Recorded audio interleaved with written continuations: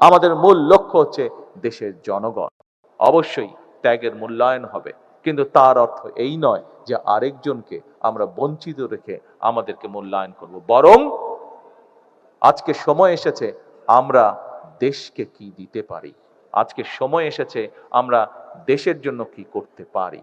আমাদের কষ্ট, আমরা যদি আপনারা যা যেটি দাবি করেছেন, আমরা যদি রাষ্ট্র যদি সকল কিছু আপনাদের পূরণ করে, যাকে আপনি হারিয়েছেন তাকে ফিরে পাবেন? আপনি কি ফিরে পাবেন তাকে, যে আপনজন হারিয়েছেন? ফিরে পাবেন?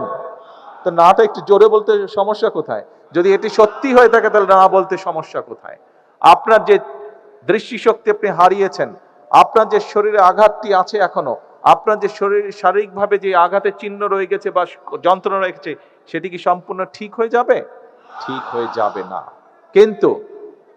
কিন্তু আমরা যদি দেশকে এগিয়ে নিয়ে যেতে পারি, আপনি গর্ব করে বলতে পারবেন একদিন, পরবর্তী ভবিষ্যৎ প্রজন্মকে আপনি বলতে পারবেন যে আপনার আপনজনের আত্মত্যাগের বিনিময়, আপনার নিজের ত্যাগের বিনিময় এই দেশের মানুষের ভাগ্যের পরিবর্তন হয়েছে, এই দেশের ভাগ্যের পরিবর্তন হয়েছে। আপনি যার জন্য কষ্ট করেছিলেন, আপনার আপনজন যে জন্য আত্মত্যাগ করেছে, সেটি সফলতার দিকে এগিয়ে যাচ্ছে। এটি আমি মনে করি আমাদের সকলের আজকে প্রত্যাশা হওয়া উচিত ছিল। প্রিয় উপস্থিতিবৃন্দ, আসুন,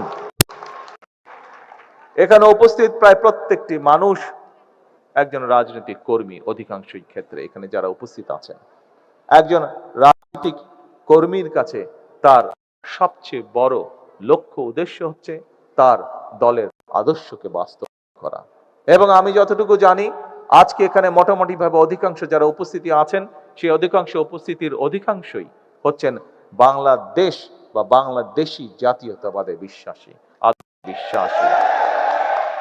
প্রিয় ভাই বোনেরা, মূল লক্ষ্য, আমাদের মূল উদ্দেশ্য হচ্ছে এই দেশ, এই দেশের জনগণ, এই দেশের মাটি।